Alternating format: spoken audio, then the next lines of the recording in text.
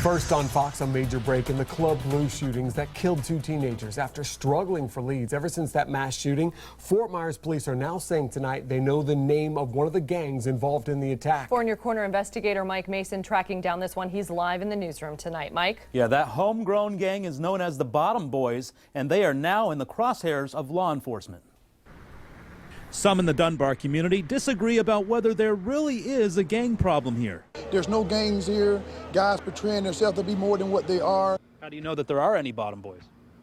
Well, you can see things going on. That's the name they give here, so that's why they call the Bottom Boys. Just ask any police officer who worked the tragic Club Blu shootings in July, and you'll get a different story. My gang has an issue with this gang, and it's between us, but it's affecting our kids.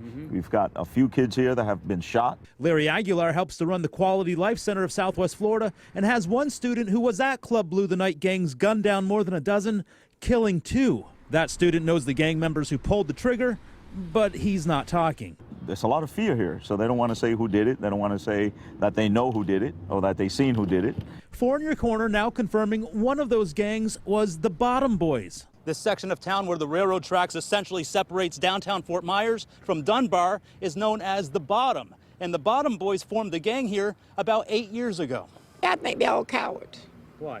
Why? Because shooting innocent people getting killed. This woman says she practically raised members of the Bottom Boys like they were her own, but she wouldn't trust them now. You know their names, but nobody says their names.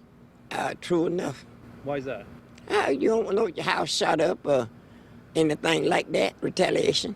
You think they'll shoot up your house? Yes.